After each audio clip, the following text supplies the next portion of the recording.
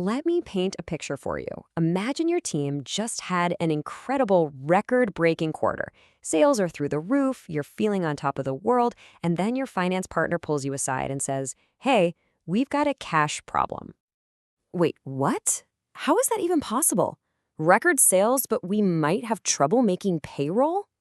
This is such a classic leadership trap, and it happens when we get laser focused on just one number, like sales. It's kind of like finding one shiny puzzle piece and thinking you've seen the whole picture. You haven't. So let's fix that. In this explainer, we're going to give you the tools to see the entire financial picture. We'll kick things off with the big idea, then walk through what I call the 4 vital signs. From there, we'll get super practical with a leader's playbook, and then wrap it all up with a few key takeaways. Okay, first up, the big idea. And really, it all comes down to one thing: giving your numbers some context. Think about it. A number like $10 million in sales sounds great, but by itself, it's totally meaningless. The real question is always, compared to what? Compared to last year? Compared to how much money we spent? Compared to our competitors? See, financial ratios are just simple tools that answer that compared to what question. They turn boring old data into the real story of what's happening, so you can actually lead with confidence. So what is that story that these ratios tell? Well, I like to think of them as the 4 vital signs of your organization's health. Just like a doctor checking in on a patient. And just like a doctor checks your heart rate and your blood pressure, we use ratios to check on 4 critical areas. First up, profitability. It asks a simple question: are we making any money here? Second is liquidity, which is all about, can we pay our bills this month? Third, we've got efficiency. Are we being smart with the stuff we have? And finally, leverage. This one tells us how much risk we're taking on. So let's start with the one most of us think about first, profitability ratios. This is the bottom line, right? They answer that fundamental question: are we earning enough from all our hard work? These are your absolute earliest warning system. Now, let's break this down. Gross margin tells you for every dollar you bring in, what's left over right after you pay for the direct cost of what you sold. It's the health of your core model. Operating margin goes a step further. It shows how well you run the entire operation, including all the overhead like rent and salaries. And then there's return on assets, or ROA.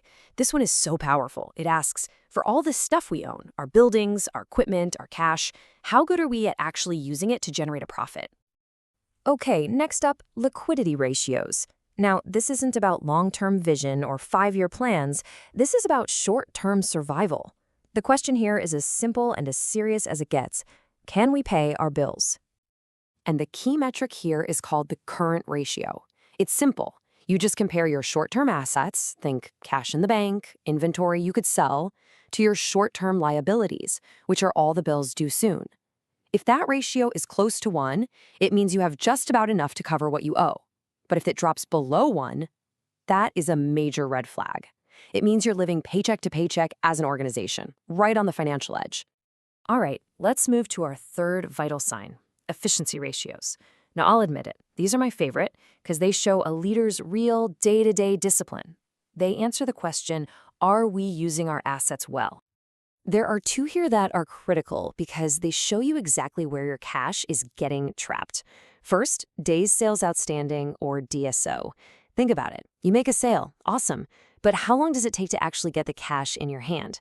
A high DSO means your customers are basically using you as their bank. The other is inventory turns.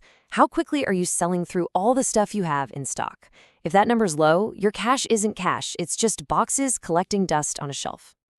And that brings us to our final vital sign, leverage ratios. This one tells you how risky is our financial setup. It's all about how much you're depending on other people's money.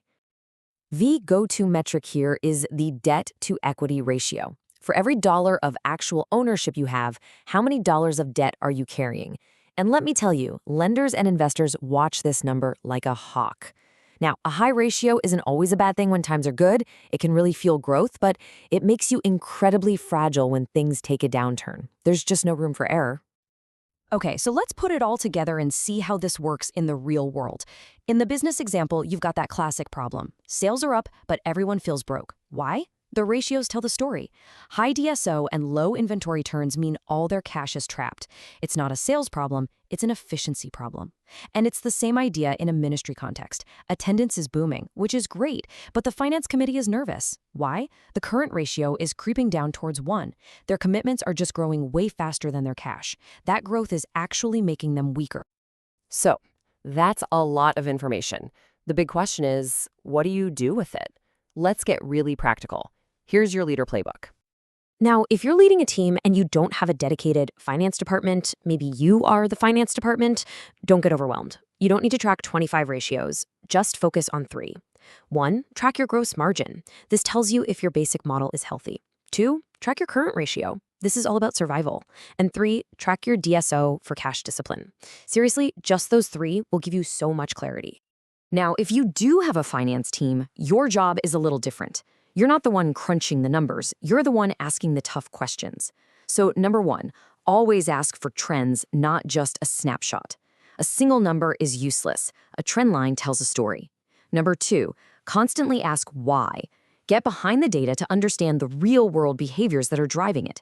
And finally, number 3, challenge your team to manage your assets better. Don't just focus on profits. Focus on using what you have wisely.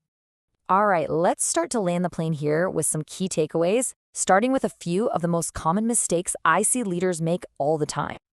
First big mistake, using a ratio without any context. You've got to know what's normal for your industry or your type of organization. Second, chasing one ratio so hard that you break everything else. You can't just focus on one thing. It's always a balancing act. And finally, number 3, assuming that a higher number is always better. It's not. A huge current ratio might just mean you have a bunch of idle cash sitting around that could be put to work for your mission. Look, at the end of the day, this isn't about you falling in love with spreadsheets. Financial ratios are really about stewardship. They're just tools that help us see reality clearly so that we can lead with integrity. They help us avoid lying to ourselves and help us build organizations, whether they're businesses or ministries, that are truly healthy and built to last. So, here's your call to action. It's simple. Sometime this week, I want you to go to your finance partner, your treasurer, whoever handles the money, and ask them one simple question. What is the single most important ratio that I should be watching for my team, and why?